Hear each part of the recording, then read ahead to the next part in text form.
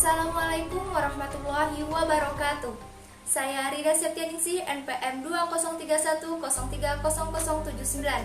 Saya prodi dari Ilmu Al-Quran dan Tafsir kelas 2A.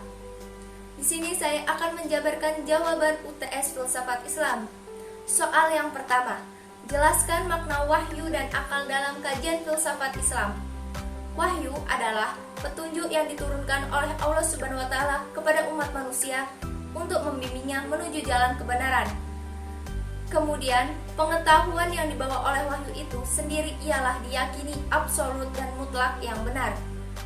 Sedangkan akal sendiri ialah kemampuan untuk berpikir dan sekaligus sebagai anugerah dari Allah Subhanahu wa Ta'ala kepada manusia, di mana dengan akal tersebut kita dapat mampu dan bisa untuk membedakan antara yang baik dan yang benar.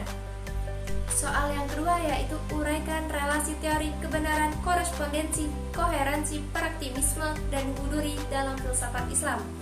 Teori korespondensi ialah teori yang berpandangan bahwa pernyataan-pernyataan adalah benar jika berkorespondensi terhadap fakta atau pernyataan yang ada di alam atau objek yang dituju pernyataan tersebut.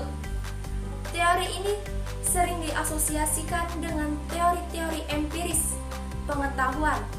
Teori kebenaran berkorespondensi adalah teori kebenaran yang paling awal, sehingga dapat digolongkan ke dalam teori kebenaran tradisional, karena Aristoteles sejak awal atau sebelum abad modern mensyaratkan kebenaran pengetahuan harus sesuai dengan kenyataan yang diketahuinya.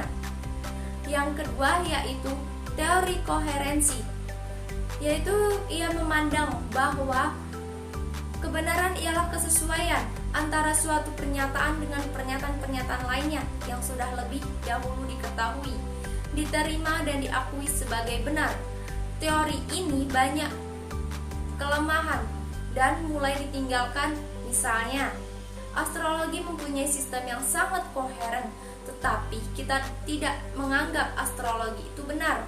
Kebenaran tidak hanya terbentuk oleh hubungan antara fakta atau realitas saja, tetapi juga hubungan antara pernyataan-pernyataan itu sendiri.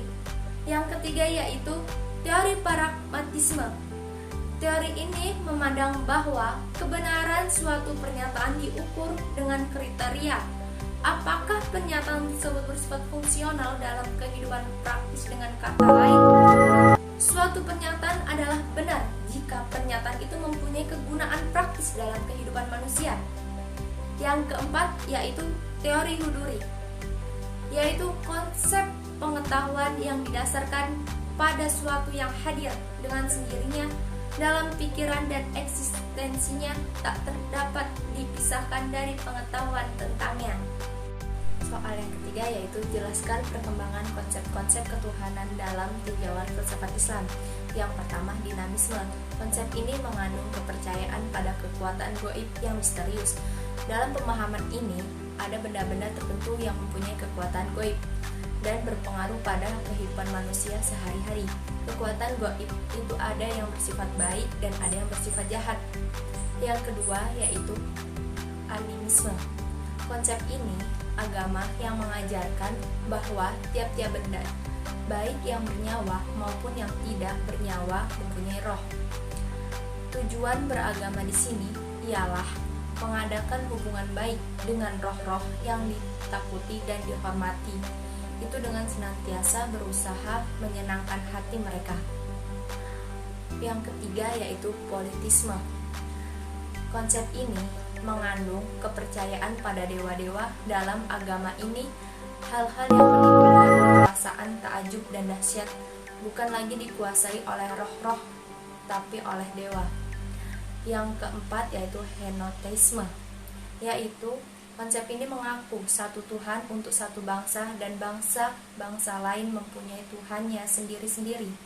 Monoteisme mengandung paham Tuhan nasional. Yang kelima, monoteisme. Dasar ajaran monoteisme ialah Tuhan satu, Tuhan Maha Esa pencipta alam semesta. Perbedaan antara monoteisme dan monoteisme ialah bahwa dalam agama akhir ini Tuhan tidak lagi merupakan Tuhan nasional, tapi Tuhan internasional, Tuhan semua bangsa. Mungkin itu saja pemaparan jawaban dari UTS Filsafat Islam saya. Kurang lebihnya saya mohon maaf. Saya akhiri. Wassalamualaikum warahmatullahi wabarakatuh.